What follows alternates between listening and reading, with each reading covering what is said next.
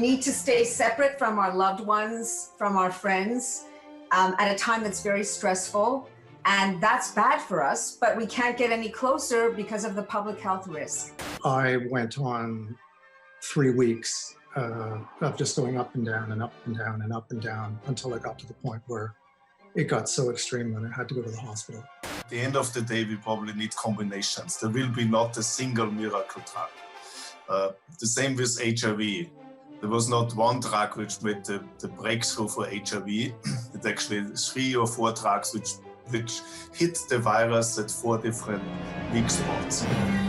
From the Zoomerplex in historic Liberty Village, the Zoomer with Libby Znaimer. Hello and welcome to the Zoomer. I'm Libby Znaimer. As COVID-19 continues to dominate the headlines, the need for a deeper understanding of this deadly virus has never been greater. In today's episode, we offer an inside perspective on this global pandemic, including details of the physical effects of the virus from a man who barely survived it, the psychological effects of this prolonged quarantine from a world-renowned psychologist, and details on the race to develop a treatment from a top scientist. But before we dive in, let's tee up the topic. The COVID-19 pandemic is uncharted territory, not only as far as the viral infection is concerned, but also for the psychological impact. In a recent survey, 50% of Canadians say their mental health has worsened since the shutdown. Canadians with no history of mental illness also report experiencing symptoms. The source? Everything from financial devastation to fears over one's physical health. Experts are also linking mental health challenges to the amount of space in one's home, as well as their access to technology enabling virtual connection, like video chat. Even at the unprecedented pace vaccines are moving, the first might not be available until next year. In the meantime, major pharma companies are leading an increasingly competitive race to develop therapies that may treat or prevent the disease. Sean Tracy is a 56-year-old documentary filmmaker based in London, England, who is currently recovered after contracting the virus in March. Thanks for joining us today, Sean. No, it's a pleasure. Thank you. First of all, how are you feeling? Well, I'm certainly feeling a lot better now than I have for the last couple of months. It's been a bit of a trial, I have to say, but a lot better. Day by day is getting better for sure. Take me back to the beginning. When did you first start experiencing symptoms? Where had you been, if you have any idea where this might have happened? Okay, so things sort of started around the second week of March. And my wife wasn't feeling well. And she came home and she said, I think something's wrong and I think I might have the flu or something. If you had any flu-like symptoms, that was an immediate 14-day quarantine. So we had to shut everything down. I had to move stuff back from work. And then, sure enough, the next day I started to feel pretty horrible with massive feverish chills and things. And the thing is that she got better in about 3 days, and I went on 3 weeks of just going up and down and up and down and up and down until I got to the point where it got so extreme that I had to go to the hospital. So what were the symptoms, the fever and the chills? Was there anything else? Well, they sort of came in 3 waves. The first wave lasted about 3 days, and it was mostly fever and chills. And what was slightly confusing for our perspective is that it didn't have a lot of the other symptoms that people were saying, well, these are sort of the definitive COVID symptoms. Like there was no coughing, there was no problems with breathing or anything. It was mostly temperature-related things. And then after about 3 days, I started to feel better, and I thought, oh, okay, well, it might just be the flu, or maybe that's it. Maybe I got off really lightly. And then it came back for a couple more days, and it was the same thing, but slightly more extreme. My temperature was just spiking and spiking, going up and down. I had started to lose appetite, starting to have sort of stomach issues, and just general nausea and things like that. And then again, it went away. So at this point, it was about 10 days. But then a third wave came, and then it went literally off a cliff to the point where I couldn't get out of bed. I couldn't eat. I couldn't drink. I had really crazy levels of stomach aches, splitting headaches around the clock. It got to the point where I basically couldn't sleep because the headaches were so extreme. But again, I never got to the point where there was any sort of breathing issues. And so we called, we have here the NHS, which is similar to OHIP. And it's really great, but they have a whole hotline system that has been set up. And they basically said that if I wasn't having breathing problems, that to just ride it out. Ironically, the next day, all of a sudden I couldn't breathe.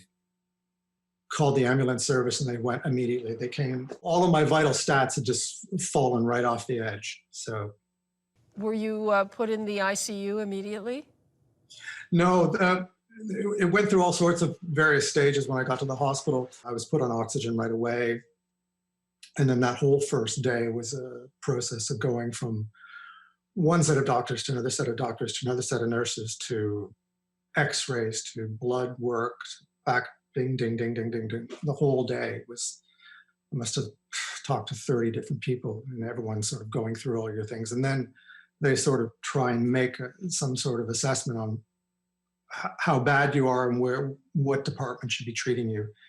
And they said right off the bat, they said you're borderline going to intensive care, but we'll see how you do in the thing, it's called the acute care ward. We'll see how you do there, and we'll take it day by day. And? Well, they took it day by day, and I never actually had to go to ICU. You know, I couldn't, without full oxygen, I couldn't breathe, full stop. So they gave you oxygen? I had a mask on the whole time. And so they were just pumping and pumping. And it was really weird because it took for the first 3-4 days I was in the hospital, I just didn't feel like I was getting any better. It felt like I was getting worse. How long were you in for? 7 days feeling like that, going through all that and being in that sort of shape. It felt like about a month. I'm sure you've heard what's going on with people's appetites with coronavirus. With some people, yeah. And sense of smell and sense of taste and stuff. I didn't lose mine. What happened is they completely altered. So everything tasted really strange. Like water tasted completely metallic. You know you have to eat, you know you have to drink, you feel terrible, and the doctors are always telling you you've got to do this. But it's like, it's like one thing after another like that. Like, oh my God, you're feeling horrible and you just want to get better, but you can't find a way to do it. When we come back, more details of Sean's battle with COVID-19. Stay tuned. It was awful, and I think weirdly though, it was worse for my wife because I didn't really know what was going on, and then that meant that she certainly didn't know what was going on.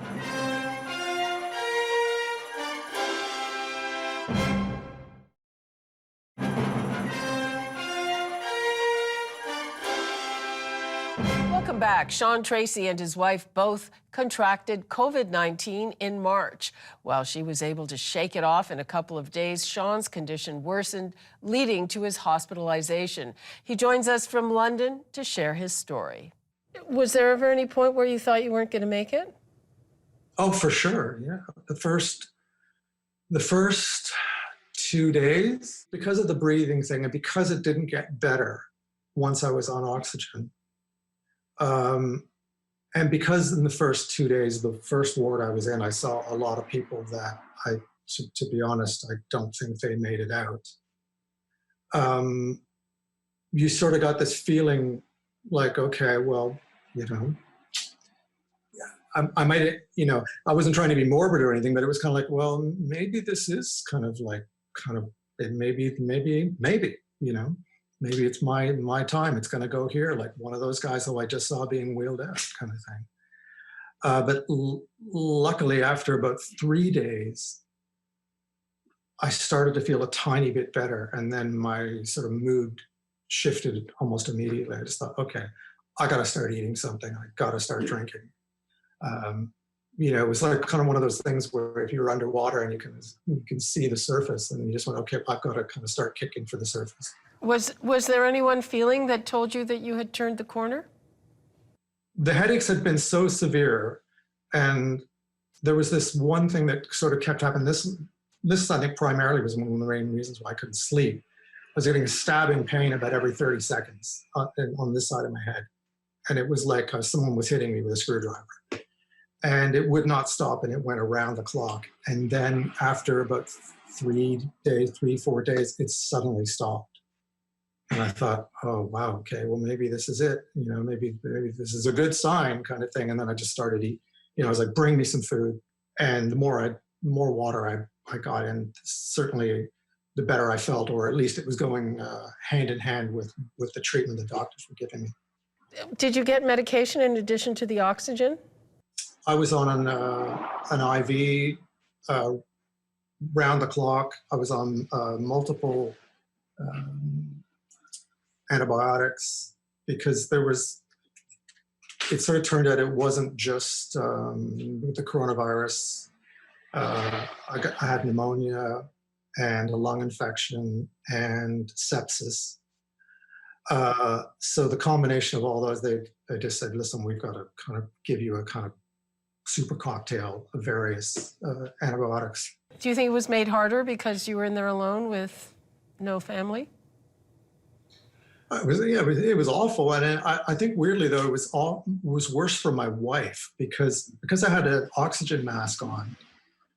Even though I had my phone there, I couldn't really, she wouldn't have been able to hear me if I was calling. So I would send her a text every once in a while, and she was kind of, she was so anxious because she wasn't getting any real information. I mean, I didn't really know what was going on. And then that meant that she certainly didn't know what was going on. So, and she was sort of the conduit as well for, the rest of my family in Canada. So it was like, everyone's going, what's happening? And she was like, I don't know. Are you fearful of long-term side effects? As I said, I'm feeling certainly heaps better than I was before, but I'm having massive energy sort of dropouts all the time. But they said to expect that sort of thing. Because I wasn't on a ventilator, I think I'll probably be luckier than some people, because the people that get the tube down the throat, they can get into a lot of scarring from what I've heard, and also, psychologically, I think being put in a sort of semi-coma kind of state, this can cause you a lot of issues. And so hopefully I've managed to avoid those, but I'm feeling good. I'm feeling really positive. Glad to hear that. One of the controversial things is that people aren't sure if you are immune after having it, or how long you're immune for. This is freaking me out because at one point, certainly when I was in the hospital, I was kind of going, well, you know what? This has been absolutely horrendous, but at least I'm immune now. And then almost the day I got out, there was this report from the WHO saying, let's not get carried away with ourselves. There's been no tests to prove that you're going to have any level of immunity with the antibodies. And, we're not going to know this for a long time. And I was like, just the idea that I'd have to potentially go through it again if I caught it again would be so miserable. But I've got my fingers crossed that that's not going to be the case. I hope that I've got raging antibodies right now. I hope so too. Fight back. How do you feel about things reopening, and what about the prospect of normal, whatever that is? Yeah, I'd have to say I'm pretty anti things opening up just yet. I think it's like, from my perspective, it's too soon. We just don't know enough yet. And I think until things have really flattened out, I think everyone should be as careful as possible. Okay. All the very best to you. Thank you so much for sharing this with us. It's really important to know. And we wish you full recovery, and great talking to you. Thank you. You too. Up next, we'll discuss the psychological effects of the prolonged quarantine. Stay tuned. I think the worst part of it is the social isolation. We're social creatures. We're not meant to live alone, to be alone, to eat alone.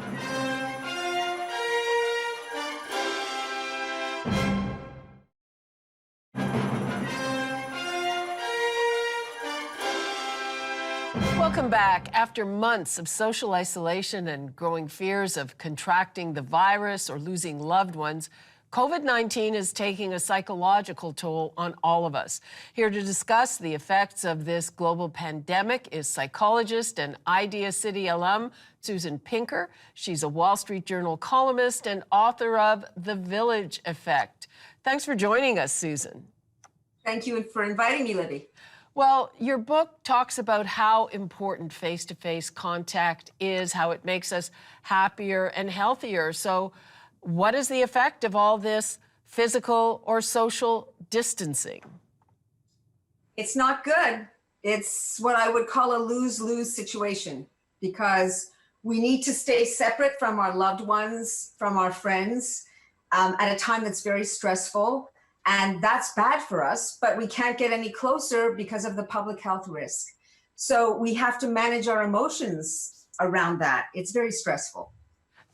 What is the worst part of it? I think the worst part of it is the social isolation. We're social creatures. We're not meant to live alone, to be alone, to eat alone. And there's an awful lot of that kind of solitary activity that's happening right now. Well, I guess that's certainly true for people that live alone, and that's a large and growing part of the population. But then on the other hand, you keep hearing about people who are cooped up in the house with small kids or large families and not enough room, and that's a problem too.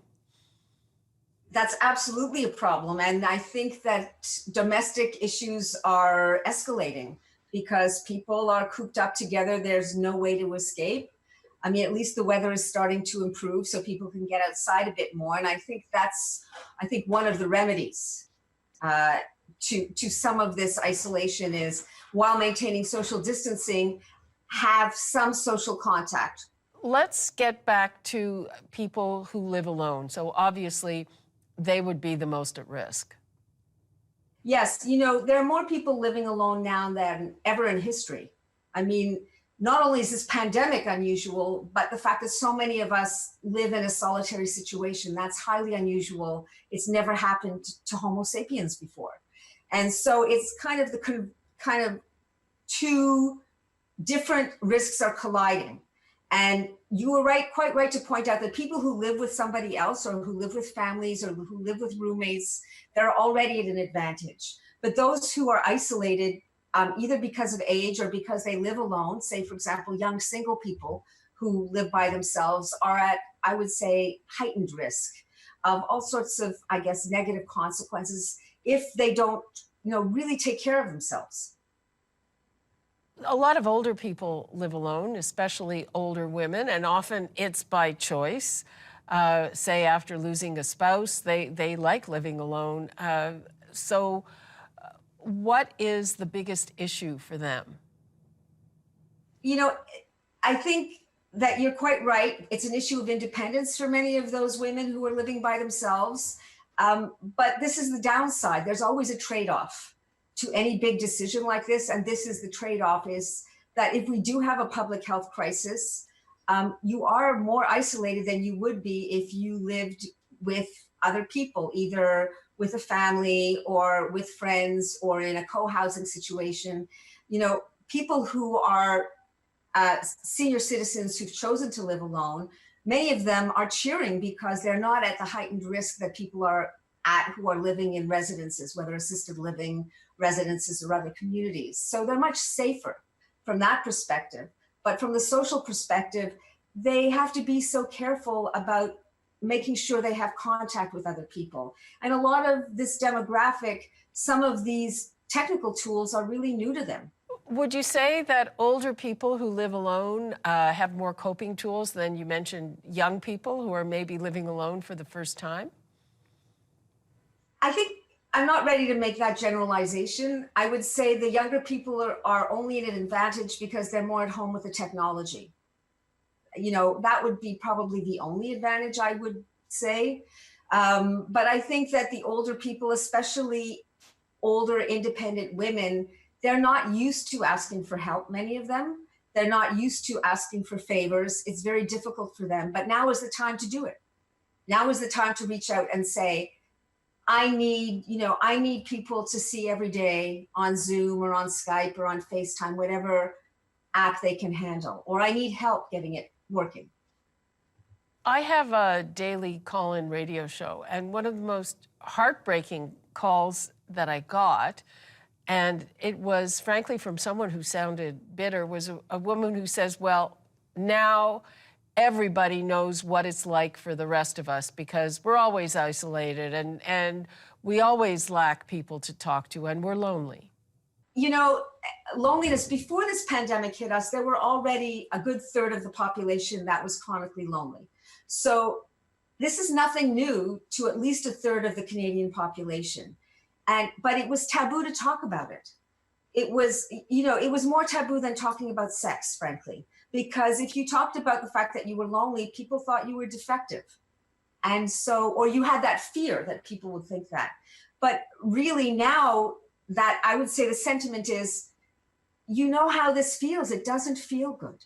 That's what loneliness feels like. It feels like a physical pain.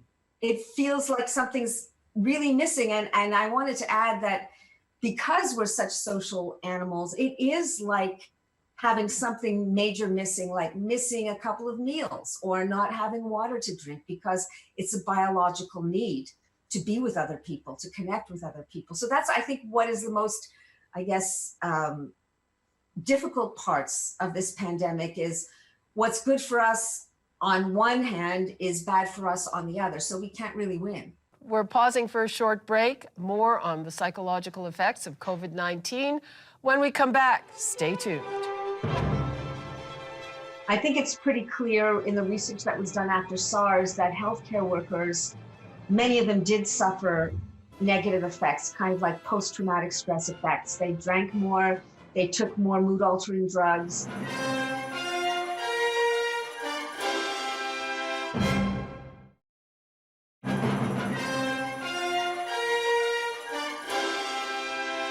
Welcome back. Psychologist Susan Pinker joins us today to discuss the emotional effects of social isolation and the fear of contracting the deadly virus.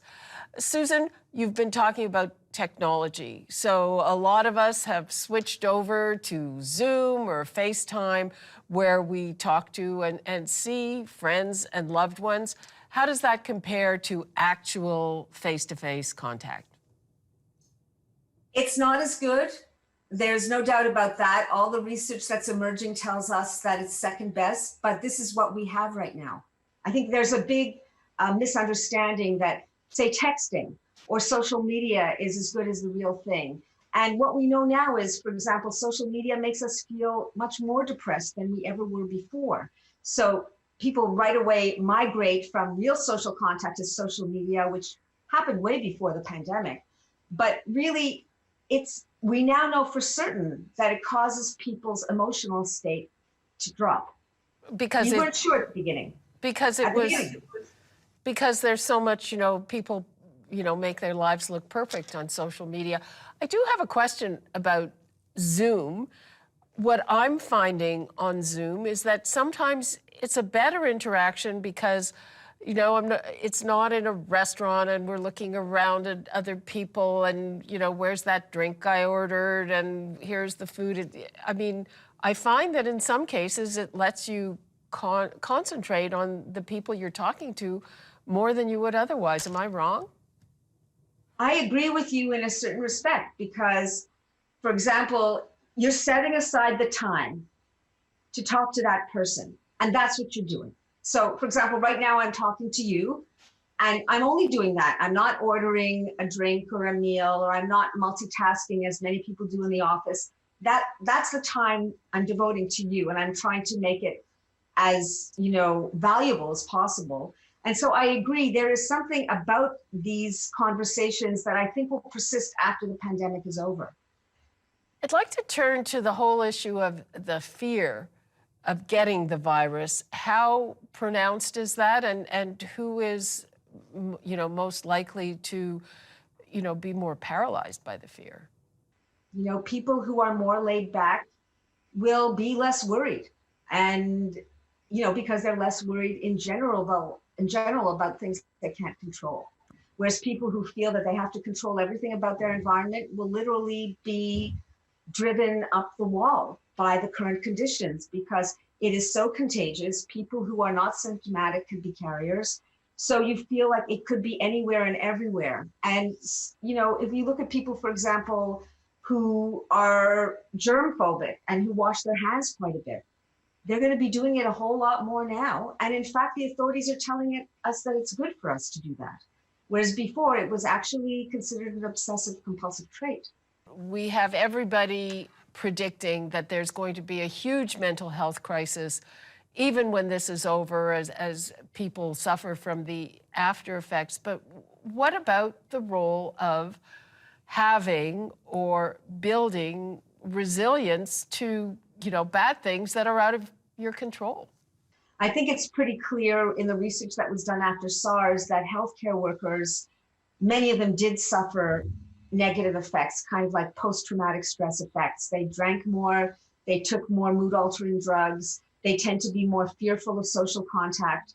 And I think that will happen to a portion of the population. But I think most of us will indeed move on and will recover. And, you know, I even predict that there will be greater value placed in social contact. People will feel that I never really considered this so important, but now I realize how much I missed it. What advice do you have for people confronting this? It's one thing to feel a little on edge or that you're missing your friends or your family, but it's another thing to be clinically depressed.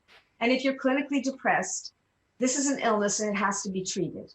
And so how do you know if you're clinically depressed? So if your diet has changed, you know, if you are no longer interested in eating, or if you're interested in eating all the time, if your sleep patterns have changed significantly, if you feel really down all the time, and if you feel, for example, you're waking up way early in the morning, way earlier than you should be waking up, you may be depressed and you may want to have a little telephone consult with your family physician. And if you don't have a counselor or psychologist, they can help you find one. For everybody else who, you know, these negative feelings will come and go.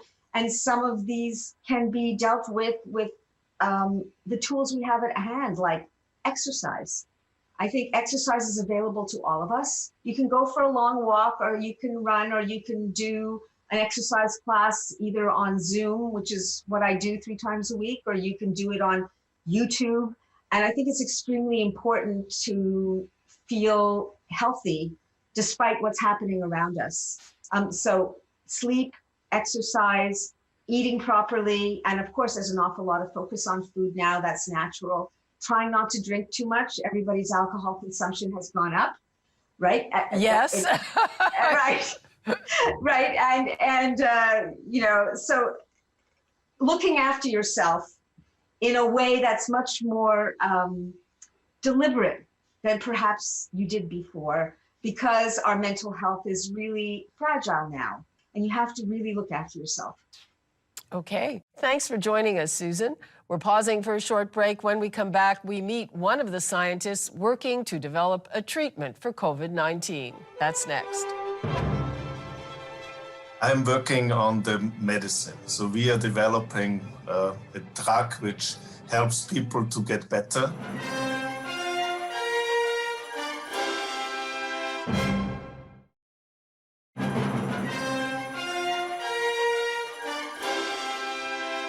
Welcome back. As the global death toll from COVID-19 continues to mount, the urgency to find treatments and develop a vaccine has never been greater.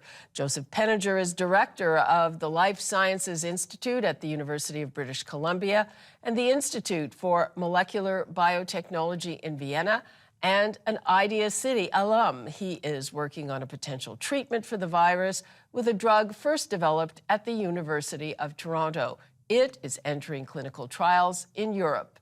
Thanks for joining us today. Yeah, pleasure. Hello from Vienna. Now, before we get into your drug trial, there's a general conversation going on during this pandemic about whether we will deal with it better with a vaccine or a treatment. What's your view? This disease has various stages, so we need actually both. It's absolutely critical to develop a vaccine to hopefully prevent it in as many people as possible, but this still will take a little time. And it's also absolutely critical to have medicine if people get sick, to actually have something to prevent them from dying. And which aspect are you working on? I'm working on the medicine. So we are developing a drug which helps people to get better. It's based on my research I did many years ago, and we actually got an approval in Europe to go to a phase 2 clinical study. So this drug is now being tested in 3 European countries in patients who have severe disease. And the outcome we hope, of course we cannot predict it, but the outcome we hope is that they don't go into severe stages of the disease, so that we actually keep them out of the ICU. And of course, by doing so, we prevent them from dying. What is the drug called, and what did you originally develop it for?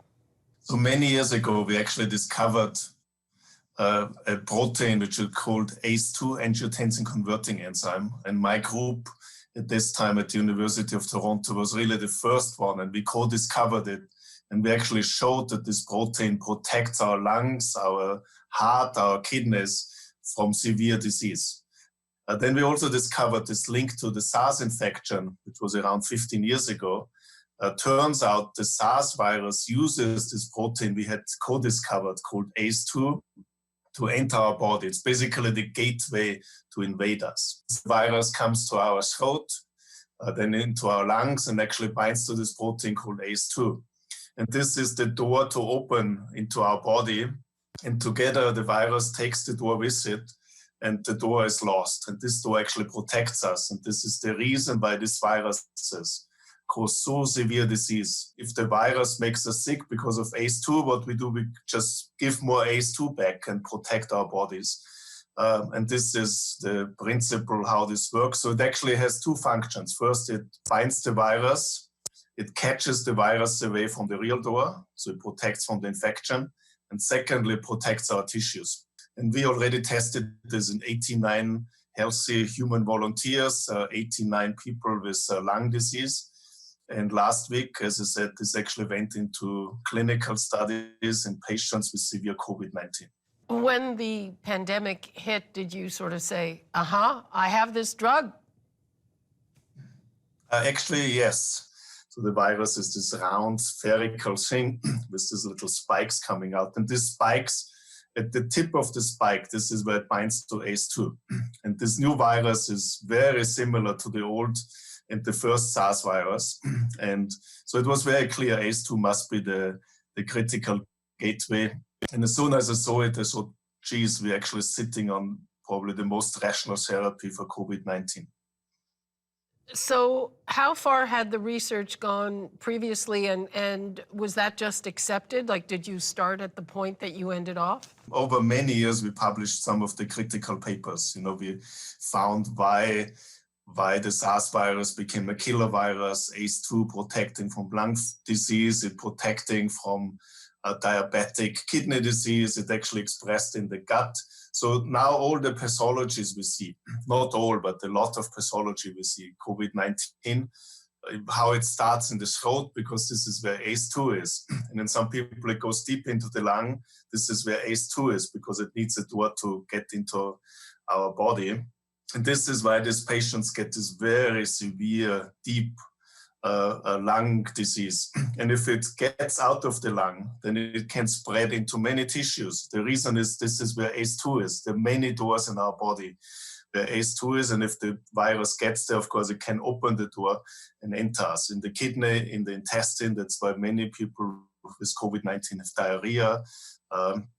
For heart, it's in the heart, it's in the blood vessels. Just recently, there was a study published that COVID-19 is associated with a rampant inflammation of our blood vessels. So also the point I want to make is COVID-19 might start in the lung, but the severe disease is not a lung disease. It's a disease which affects many, many tissues and many organs, which we can explain because this is where the receptor for the virus, so the gateway for the virus to enter our body is.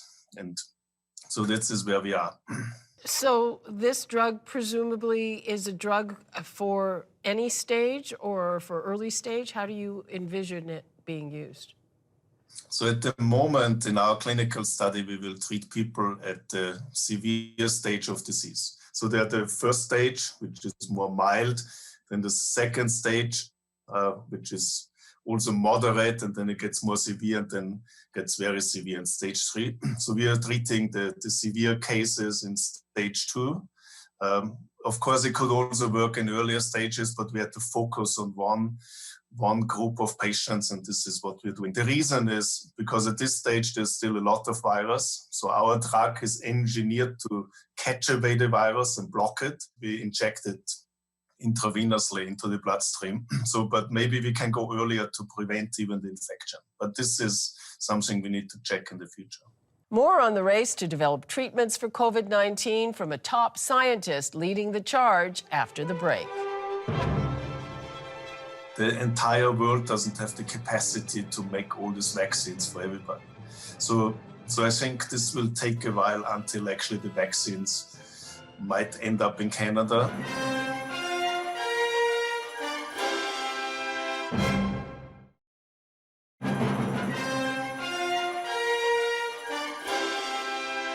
Welcome back. Joseph Penninger is a leading scientist currently working on a treatment for COVID-19. Just explain to me exactly what stage the trials are at and where it's being trialed. So the trial is happening in Denmark and Germany and Austria. We're actually now reaching out also to Sweden and many other countries, including the UK. We have been approved by the European Medical Association, which is very important. So actually to run trials, it's not just we have a new medicine, which we believe it works. There's a lot of issues behind. You know, the drug must be safe, must be produced. We must know how long it acts in the body. So all of this has been done. And so we are running the trial in 200 patients. It's placebo controlled, so 100 get the drug, 100 get standard of care. And we give them the drug once for 1 week, twice a day, and every patient will be followed up for another 3 weeks. So we have long-term effects, and of course the endpoint is a clinical endpoint. Do the patients improve? And what is the process, assuming the trial goes well? What is the process for approval? We are in close contact with the European authorities.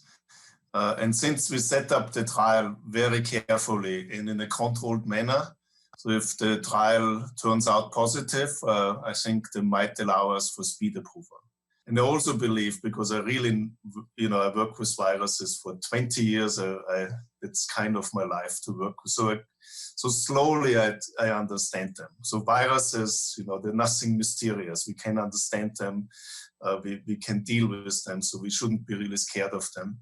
But knowing this, I also believe at the end of the day, we probably need combinations. There will be not a single miracle drug. The same with HIV.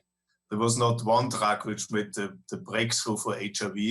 It's actually 3 or 4 drugs which hit the virus at 4 different weak spots. And I'm a very strong believer that we need the same. You're doing all this trialing in Europe. You're in touch with European authorities, but isn't there Canadian grant involved, and you have a Canadian lab? Since 1.5 years, I'm the director of the largest life science institute in Canada at UBC. We got the grant from the Canadian government together with colleagues in Toronto and also in Sweden to actually study the virus. When the COVID broke, I actually put my team together. We do virus infections in Stockholm because I have people down in Vancouver. We work with people in Barcelona, and within 2-3 weeks, we actually put together an international team to study the virus because we need secure labs where we can do the infections. What I do and my colleagues do, we engineer human tissues and human organs from stem cells. So very rapidly, for instance, we engineered human blood vessels, human kidneys, sent them to Stockholm for infections. And one of the things that I and a lot of other people are concerned about is that once there is a treatment or a vaccine, Canada will be well down the list for getting supply. And I hear that this is something you're developing in Europe. You're in touch with European authorities. So where do we stand on this? Let's say, everything works amazingly fast. And, I believe it will take a little longer, but I'm happily wrong in this. Let's say by Christmas we have a vaccine. Some Chinese or Swedish group develop something. So then, of course, this needs to be produced.